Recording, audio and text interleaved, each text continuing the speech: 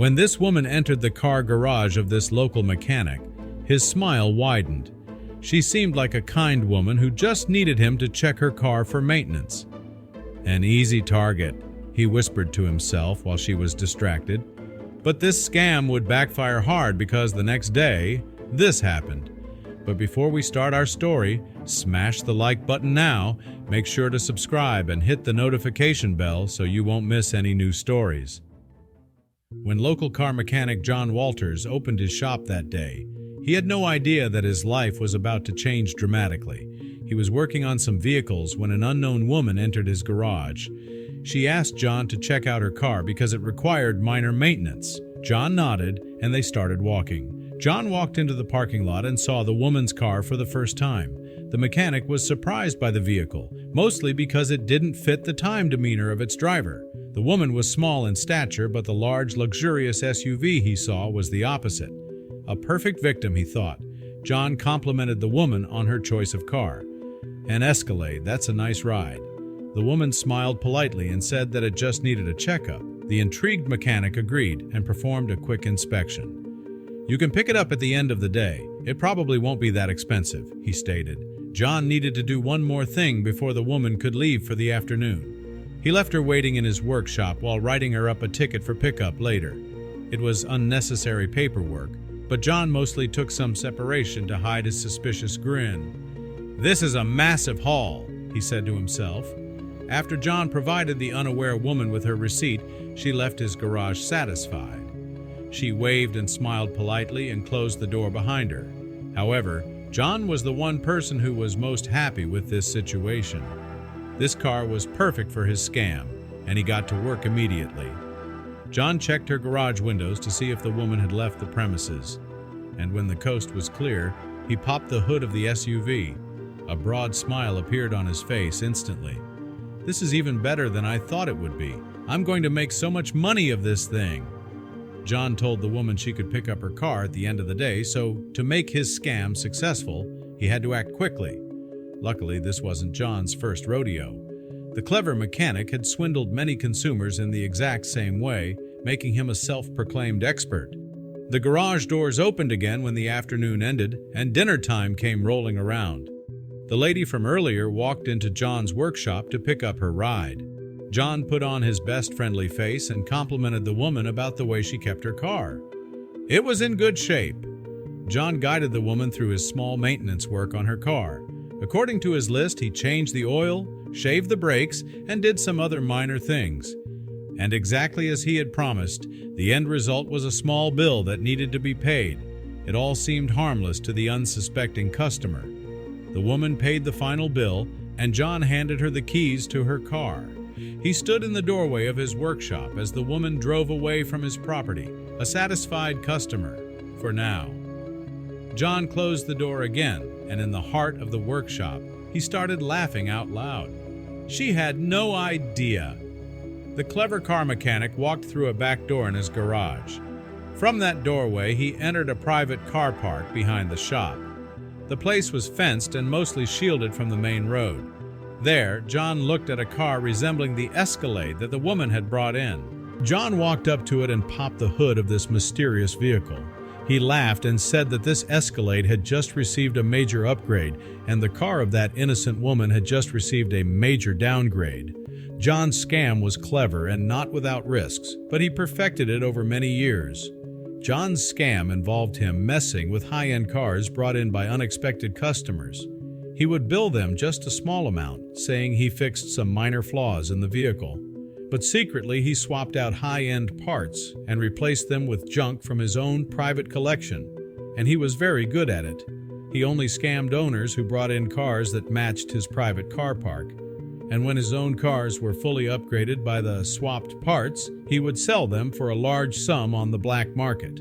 It was clever ruse that turned out to be highly profitable. His tuned rides sold quickly, and the poor souls who were unfortunate enough to find his shop and get swindled never saw it coming. They always left John's garage with a smile, thinking that a friendly garage owner fixed their ride. But after a few weeks, the crappy parts showed their wear, and most of the cars broke down. The woman from today will eventually return to complain about her broken car. But since she probably has little knowledge about car parts, she will have no idea what I have done to her ride. And if those customers accused him and pressed charges, no trace of evidence would ever be found. John's tuned-up Frankenstein cars sold fast. He made sure to install all stolen parts quickly, and he never got too greedy, so the vehicles wouldn't stay parked in his private park for long. So, by the time the angry customers came knocking, the evidence of his theft would have been long sold. John was having a full-scale monologue with himself and having a great time doing so. He stated that most customers even came back afterward to have their broken parts fixed again. He would gladly do the job and do it well, knowing that he could charge them a second time for a problem he created. John didn't know that leaving this woman and her car alone was in his best interest, and by the time he figured that out, it was already too late. John went to sleep that night, thinking that his scam had been a complete success, but it was actually the beginning of his downfall. When John woke up that morning, he was in for a huge surprise. He planned to make final adjustments to his Escalade and then list it online for a quick flip. He poured himself a cup of coffee and took a lap around the quiet shop floor. "Let's finish this thing," he spoke out loud. After the morning coffee ritual was completed, John walked to the back door so he could start on the Escalade. "Let's hear that brand new engine purr," he said, smiling. John opened the car's door and took a seat in his beautiful creation. The key was placed in the ignition and turned, but oddly enough, the car did not give the audible response John hoped for. He expected a loud roaring sound, the sound such a large engine should make, but instead, the car backfired a couple of times and refused to start altogether. John popped the hood with a confused look on his face, but no matter how many times he looked, there was nothing weird he could find. John scratched his head as he circled the car a couple of times. It worked perfectly fine yesterday, so what was wrong with it now? Something didn't feel right, and instinctively John started checking some other cars. There were about 20 other vehicles in his private car park. These were just normal cars without stolen modifications, but John knew they all ran normally. But to his surprise, they all shared the same defect. No car would even think of starting. What the hell is going on? Everything was fine yesterday. John walked back into his car shop with a weird feeling growing inside his stomach. It felt like he was being tricked himself, but how was that possible? John walked around his garage floor in circles for at least 15 minutes straight, thinking about possible reasons to explain this. And that's when he saw it. In the far corner of his workshop, a red light flickered. It was the smallest thing, but something that definitely wasn't there before. John inched closer and inspected what caused the light. He reached out his hand and pulled a device toward him. "Huh? It's a camera?" John said with a nervous tone.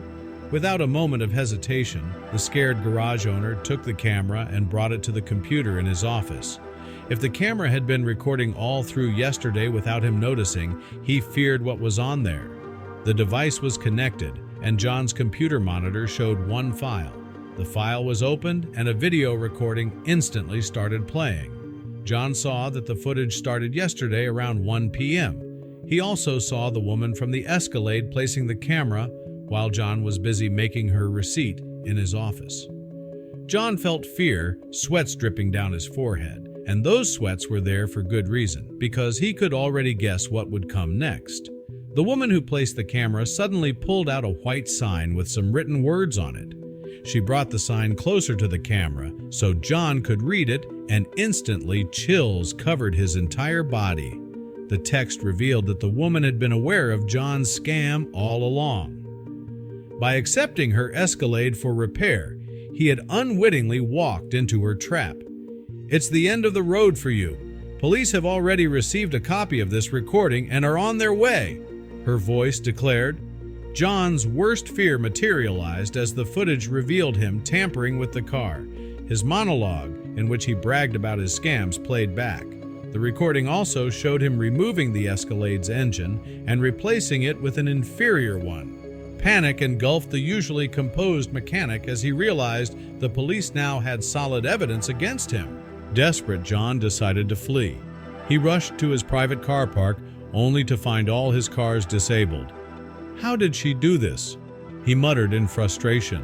One car remained untouched, a vehicle he had vowed never to drive. Stored in a locked garage, it was John's trophy car, a Frankenstein of parts from his past scams. Despite his hesitations, John knew he had no choice.